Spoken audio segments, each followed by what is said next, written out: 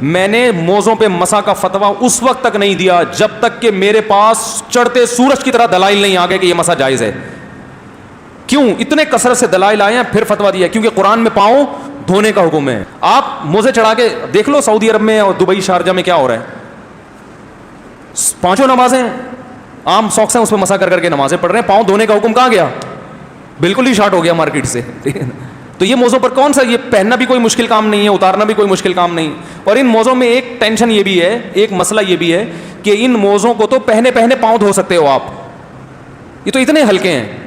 موزوں پہ مسا کرنا کی تو اجازت اس لیے ہے نا کہ حرج نہ ہو. تو حرج سے بچنے کے لیے تو یہ ضروری ہے کہ ان کو پہن کے پاؤں دھونا ممکن نہ ہو. ان کو پہن کے تو آپ آسانی سے پاؤں دھو سکتے ہیں, پورا پاؤں گیلا ہو جائے گا آپ کا. تو پاؤں دھونے کی ٹینشن سے بچانے کے لیے حکم دیا موزوں پہ مسا کرو. تو وہ ٹینشن ان موزوں میں ہوتی نہیں ہے. آپ کہہ سکتے ہو کہ ہوگی کیونکہ ہم جب دھوئیں گے تو گیلے ہو جائیں گے, گیلے پاؤں میں شوز میں وہ کیسے پہنیں گے, اور وہ پہن کے نماز کیسے, گیلے ہو جائیں گے نا شوز. تو یہ گیلا ہونا شریعت کی نظر میں کوئی حرج ہے؟ بولو بھائی نہیں ہے. حرج وہ ہوتا ہے جس کو شریعت نے حرج مانا ہو. تو اس لیے بھائی یہ نیا فتویٰ ہے, مارکیٹ میں چل رہا ہے. سعودیہ کے شیخ بن باز رحمہ اللہ تعالی ہمارے لیے قابل احترام تھے. ان کی ایک ذاتی رائے تھی اور یہ ابن تیمیہ رحمہ اللہ سے انہوں نے لی تھی, اور وہ پوری امت میں, کیونکہ سعودیہ کے مفتی اعظم کا فتویٰ بڑا مانا جاتا ہے, سعودیہ کے ہے نا, تو اس کے مقابلے میں تمام بڑے بڑے فقہا کو لوگوں نے چھوڑ دیا.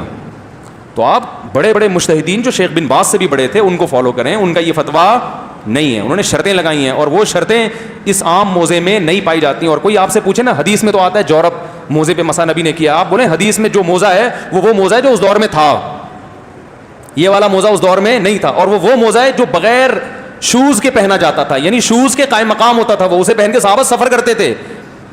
سمجھ رہے ہیں کہ نہیں سمجھ رہے ہیں؟ اس موزے کو پہن کے کوئی, یہ موزہ پہننا نہ پہننا برابر ہے, یہ ننگے پاؤں جیسا ہوتا ہے آدمی, اسے پہن کے انڈا موڑ تک نہیں جا سکتا آدمی.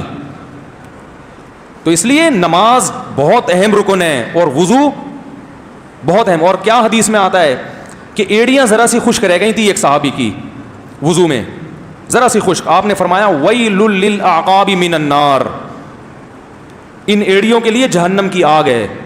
کتنی شدید وعید ہے نا حدیث میں پاؤں نہ دھونے پر, کہ ایڑی اتنی سی خشک رہ گئی, تو آپ کیا وعید سنا رہے ہیں کہ آگ کی. تو اس سے پتہ چلتا ہے پاؤں دھونے کا حکم اسلام میں وضو میں معمولی حکم نہیں ہے, پورا پاؤں باقاعدہ دھونا پڑے گا. ہاں حدیث میں کثرت سے آتا ہے کہ آپ صلی اللہ علیہ وسلم نے خفین پر مسا کیا ہے. خف تو ان موزوں کو کہتے ہی نہیں ہے. ایک حدیث میں جورب ہے تو اس سے بھی خف ہی مراد ہے, یہ والے موزے مراد نہیں ہیں. تو مضبوط دلیل جب تک نہیں ہوگی قرآن کے حکم کو چھوڑا نہیں جائے گا. تو اس کو اندھی تقلید نہیں کہتے, اس کو تقلید علی وجہ البصیرہ کہتے ہیں. اندھی تقلید وہ ہے جو آپ کر رہے ہیں کہ بن باز کا فتویٰ آ گیا تو ساری دنیا ایک طرف. سمجھ رہے کہ نہیں سمجھ رہے؟ باقی سارے فقہا کو چھوڑ دیا آپ نے. ایک صاحب نے مجھے بتایا کہ میں سفر کر رہا تھا, کچھ عرب لوگ تھے میرے ساتھ, بڑے متشدد قسم کے عربی تھے وہ. تو نماز کے کسی مسئلے میں اختلاف ہوا سفر کے دوران, تو میں نے ان کو بتایا کہ فلاں امام ابو حنیفہ یہ کہتے ہیں, امام شافعی بھی یہ کہتے ہیں, امام احمد بھی یہ کہتے ہیں, امام مالک بھی یہ کہتے ہیں, سب یہی کہتے ہیں. تو انہوں نے کہا میں کسی کو نہیں مانتا, میں حدیث کو مانتا ہوں.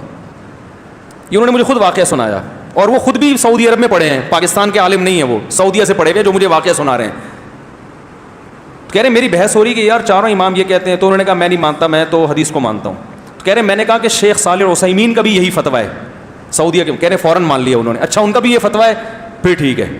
میں نے کہا یار یہ کیا بات ہوئی, وہ حدیث جس پہ شیخ صالح العثیمین فتویٰ دیتے ہیں تو وہ تو حدیث کا فتویٰ ہے, چاروں امام فتویٰ دیں وہ حدیث کا فتویٰ نہیں ہے. تو تقلید سب کر رہے ہیں, یہ یاد رکھو.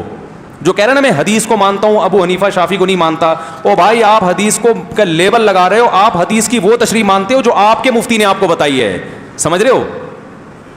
جو دوسرا مفتی بتا رہا ہے اس کو آپ لفٹ کرانے کے لیے تیار ہو ہی نہیں. تو ہم کہتے ہیں جب عامی آدمی نے مفتی کی تقلید ہی کرنی ہے, بن باز ہو یا صالح العثیمین ہو, یہ یقیناً قابل احترام تھے ہمارے لیے, تو جب آپ نے انہی مفتیوں کی تقلید ہی کرنی ہے تو ائمہ اربعہ کی تقلید کرو, وہ زیادہ بہتر نہیں ہے کیا؟ جنہوں نے تابعین تبع تابعین کا دور دیکھا, صحابہ تابعین کو نمازیں پڑھتے ہوئے دیکھا اپنے سامنے, صحابہ تابعین اور ان کے شاگردوں کو, تو وہ زیادہ اس قابل ہے کہ ان کی تقلید کی جائے. تو اس لیے یہ عام موضوع پہ مسا اگر امام نے کیا ہے آپ کو یقین ہے اس کے پیچھے نماز نہیں ہوگی, کیونکہ نماز میں وضو بہت اہم رکن ہے اور پاؤں دھونا قرآن کا حکم ہے. تو اتنی کمزور دلائل کی بیس پہ پاؤں دھونے کے حکم کو چھوڑا نہیں جائے گا اور نماز کو خراب نہیں کیا جائے گا. بعض لوگ اس پہ یہ کہتے ہیں اس سے تو امت میں اختلاف پیدا ہوگا, امام نماز پڑھا رہے ہیں عام موضوع پہ مسا کر کے، آپ اس کے پیچھے نماز نہیں پڑھ رہے، اس سے تو مسجدوں میں جھگڑے پیدا ہوں گے، یقیناً پیدا ہوں گے، لیکن اس جھگڑے کا ذمہ دار وہ امام ہے کہ جو اپنے مسلک کو سب پہ ٹھونس رہا ہے سب کے اوپر. بھائی اس کے مسلک میں بھی عام موضوع پہ مسا کرنا جائز ہے نا، فرض تو نہیں ہے. تو وہ عام لوگوں کو فتنے سے بچانے کے لیے وہ یہ کر لے کہ یار میں جب اپنی نماز پڑھوں گا تو عام موضوع پہ مسا کروں گا، لیکن جب میں جماعت سے نماز پڑھاؤں گا تو سب کے جذبات کی رعایت کروں گا، اختلاف میں نہیں ڈالوں گا، لہذا میں عام موضوع پہ مسا نہیں کروں گا. ایسے طریقے سے نماز پڑھاؤں گا کہ سب کے نزدیک نماز ہو جائے گی. تو اگر یہ اختلاف مسجد میں پیدا ہو رہا ہے تو اس کے ذمہ دار مقتدی نہیں ہے، وہ امام ہے جو ایک بن باز کی رائے کو اٹھا کے سب پہ تھوپ رہا ہے زبردستی. ٹھیک ہے نا، وہ ذمہ دار ہے اس کا. اس لیے امام کو چاہیے کہ بھائی آپ کی اگر پھر بھی یہ رائے ہے کہ عام موضوع پہ مسا جائز ہے تو آپ اپنے طور پر اس رائے پر عمل کریں، آپ اپنی رائے زبردستی دوسروں پہ مسلط نہ کریں. نبی کے دور میں جو موزے تھے وہ موزے تھے جو جوتوں کے قائم مقام تھے. جب وہ موزے پہنے جاتے تھے تو پھر جوتے بولو بھائی نہیں پہنے جاتے تھے. ان موزوں کا حدیث میں تذکرہ ملتا ہے. دیکھو حدیث میں اسی تیس کا تذکرہ ہوگا نا جو نبی کے دور میں ہوگی بھی. تو دیکھو چاول کا حدیث میں ذکر نہیں ہے. کیوں نہیں ہے؟ عرب میں چاول بولتے کیوں نہیں بھائی؟ تھے ہی نہیں. دوسری قوم میں تھے، عرب میں نہیں تھے. تو نبی صلی اللہ علیہ وسلم نے جورب کا جو تذکرہ کیا حدیث میں، جو جورب جس کو اردو میں موزہ کہتے ہیں، یہ وہ جورب نہیں ہے جو آج ہے. الفاظ کو نہیں دیکھا جائے گا، مفہوم کو دیکھا جائے گا کہ حدیث کا مفہوم کیا ہے. تو یہ وہ جورب ہے جو صحابہ پہنتے تھے، اور وہ جورب تھا کہ جب وہ جورب پہنتے تھے پھر جوتے نہیں، وہ جوتوں کے قائم مقام ہوتا تھا. نہیں آ رہی بات؟ تو وہ ساکس جو جوتوں کے قائم مقام ہوگا نا اس پہ مسا جائز ہوگا. تبھی ہم کہتے ہیں حدیثوں کا مطلب فقہا سے پوچھا کرو، آج کے لوگوں سے مت پوچھو، اس میں انسان غلطی کر بیٹھتا ہے. تو صحابہ کے جو تبھی تمام فقہا اس کے قائل ہیں، مختلف شرطیں لگائی ہیں. کسی نے کہا اتنے میل پیدل چل سکتا ہو اس میں، کسی نے کہا کہ اتنے موٹے ہوں، کسی نے کہا یہ شرط. تو یہ شرطیں کیوں لگائی ہیں؟ سب نے اپنے اپنے حساب سے صحابہ کرام جس قسم کے موزے پہنا کرتے تھے ان کا ایک معیار متعین کیا ہے اور شرطیں لگائی ہیں. ہر آدمی اپنے لحاظ، ہر مجتہد نے اپنے لحاظ سے شرطیں لگائی ہیں نا. انہوں نے کہا صحابہ کے موزے جو تھے نا اس میں یہ کوالٹی تھی کہ اتنے میل چل سکتے تھے. کسی نے کہا نہیں یہ شرط، کسی نے کہا یہ شرط. تو وہ سب انہوں نے اس موزے کو بنیاد بنایا ہے. یہ والا موزہ جو ٹیشو پیپر کی طرح باریک ہوتا ہے اس کو کسی نے بھی بنیاد نہیں بنایا. اور وضو کا معاملہ ہلکا معاملہ نہیں ہے، نماز ہے. اور پاؤں دھونے کا حکم قرآن نے دیا ہے.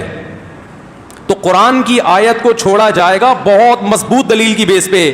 ایک ترمذی کی روایت یا کوئی روایت جس میں جورب کا ذکر آیا اور جورب سے آپ نے یہ والے موزے مراد لے لیے، اتنی کمزور دلیل پہ قرآن نہیں چھوڑا جا سکتا.